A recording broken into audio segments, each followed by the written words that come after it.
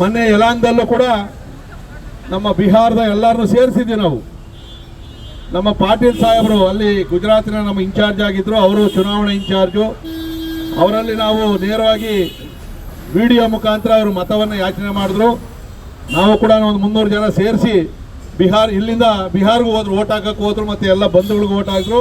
ಆ ಗೆಲುವಿನಲ್ಲಿ ನಮ್ಮ ಯಲಾಂಕದ್ದು ಒಂದು ಸಾಸಿವೆ ಕಾಳಷ್ಟು ಪ್ರಯತ್ನ ಐತೆ, ನಮ್ಮದು ಕೂಡ ಸಹಕಾರ ಐತೆ. ಸೊ ನಮ್ಮ ಯಲಹಂಕ ವಿಧಾನಸಭಾದ ಕಾಂಗ್ರೆಸ್ ಮುಖಂಡರಲ್ಲಿ ನನ್ನ ಪ್ರಾರ್ಥನೆ, ದಯವಿಟ್ಟು ಈ ಅವಮಾನ ಮುಂದಕ್ಕೆ ನಿಮಗೂ ಆಗ್ತದೆ.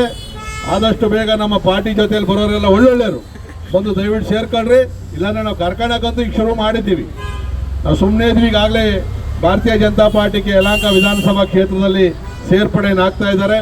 ಮುಂದೆ ಬರ್ತಕ್ಕಂಥ GBA ಚುನಾವಣೆಯಲ್ಲಿ ಯಲಹಂಕದ BJPಯ ತಾಕತ್ತೇನು, ಸಂಘಟನೆಯೇನು, ಜನ ಯಾರ ಮೇಲೆ ವಿಶ್ವಾಸ ಇರ್ತಾರೆ ಅನ್ನೋದನ್ನು ನಾವು GBA ಚುನಾವಣೆಯಲ್ಲಿ ಕೂಡ ನಾವು ಸೋರಿಸ್ತೀವಿ ಅಂತಕ್ಕಂಥ ಮಾತನ್ನು ಹೇಳಿ, ಇವತ್ತು ಎಲ್ಲ ನಮ್ಮ ಕಾರ್ಯಕರ್ತರು ಕೂಡ ಸ್ವಲ್ಪ ಎಚ್ಚರಿಕೆಯಿಂದ ಇರಬೇಕು. ಯಾಕಂದರೆ ಇವತ್ತು ವಿದೇಶಿ ದುಷ್ಟಶಕ್ತಿಗಳು ಇಡೀ ದೇಶದಲ್ಲಿ ವಿಧ್ವಂಸ ಕೃತ್ಯವನ್ನು ಮಾಡಬೇಕು ಅಂತಕ್ಕಂಥ ಏನು ಹುನ್ನಾರ ನಡೀತಾ ಇತ್ತು. ನಮ್ಮ ಏನಾದರೂ ಆ ತನಿಖಾ ದಳಗಳು ಆ 3000 kg ಆ ಸ್ಫೋಟಕಗಳನ್ನು ಏನಾದರೂ ಸೀಲ್ ಮಾಡಿಲ್ಲ ಅಂದಿದ್ರೆ, ಆಮೇಲೆ ವಿಷ ತಯಾರು ಮಾಡಿ ಪ್ರಸಾದದಲ್ಲಿ ಬೆರೆಸಬೇಕು ಅಂತ ಏನು ಹುನ್ನಾರ ನಡೀತಾ ಇತ್ತು, ಅದನ್ನೇನಾದರೂ ಸಕಾಲದಲ್ಲಿ ಹಿಡಿಲಿಲ್ಲ ಅಂದರೆ ಭಾಳ ಘೋರವಾದಂಥ ಅನಾಹುತ ಆಗ್ತಾಯಿತ್ತು.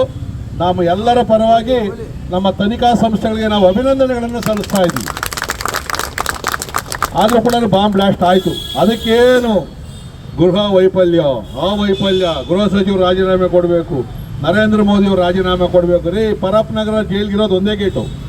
ಆ ಗೇಟ್ ಒಳಗಡೆ ಮೊಬೈಲ್ಗಳೊಳಗಡೆ ಗಾಂಜಾ ಹೋಗೈತೆ, ಡ್ಯಾನ್ಸ್ ಮಾಡ್ತಾ ಇದ್ದೀರಿ, ಅಲ್ಲೇ ನಿಮ್ಮ ವೈಫಲ್ಯ. ನಾನು ಹೇಳ್ತಾ ಇರ್ತಕ್ಕಂಥ ಪರಪ್ ನಗರ ಜೈಲು ಇಷ್ಟು ದೊಡ್ಡ ದೇಶದಲ್ಲಿ 14 ವರ್ಷಗಳ ನಂತರ ಒಂದು ಘಟನೆ ನಡೆದಿರ್ತಕ್ಕಂಥದ್ದು. 14 ವರ್ಷಗಳಿಂದ ನರೇಂದ್ರ ಮೋದಿಯವರ ನಾಯಕತ್ವದಲ್ಲಿ ದೇಶ ಸುಭದ್ರವಾಗಿತ್ತು. ಮತ್ತೆ ಪಾಕಿಸ್ತಾನದ ಗ್ರಾಚಾರ ಕೆಟ್ಟೈತೆ.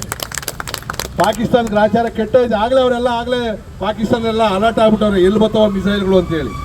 ಅದನ್ನು ತನಿಖಾ ಸಂಸ್ಥೆಗಳು ತನಿಖೆ ಮಾಡ್ತಾ ಐತೆ. ಇದರಲ್ಲಿ ನೇರವಾಗಿ ಪಾಕಿಸ್ತಾನದ ಕೈವಾಡ ಐತೆ ಅಂತ ಏನೋ ಸಾಬೀತಾದರೆ ಕೇಂದ್ರ ಸರ್ಕಾರ ಸರಿಯಾದ ತೀರ್ಮಾನವನ್ನು ತಗೊಂತದೆ.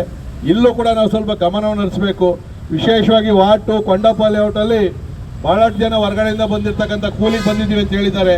ಎಲ್ಲೆಲ್ಲಿ ಏನೇನು ಇಟ್ಕೊಂಡವ್ರು ಗೊತ್ತಿಲ್ಲ, ನಮ್ಮವ್ರಿಗೂ ಬುದ್ಧಿ ಇಲ್ಲ. ಅಲ್ಲಿ ಅವರೆಲ್ಲ ಕಡಿಮೆ ರೇಟ್ ಸಿಗ್ತಾರೆ ಅಂತೇಳಿ ಎಲ್ಲ ಇಟ್ಕೊಂಡವ್ರೆ. ಅವರು ದೇಶಕ್ಕಿಂತ ಅವ್ರ ಉದ್ಯೋಗನೇ ದೊಡ್ಡದು ಅಂತ ಆಗಿದೆ. ಒಂದು ಘಟನೆ ಅಂತೂ ಆಗ್ತದೆ, ಅದಾದಮೇಲೆ ಗೊತ್ತಾಗ್ತದೆ ಅವ್ರಿಗೇನು ಅಂತೇಳಿ.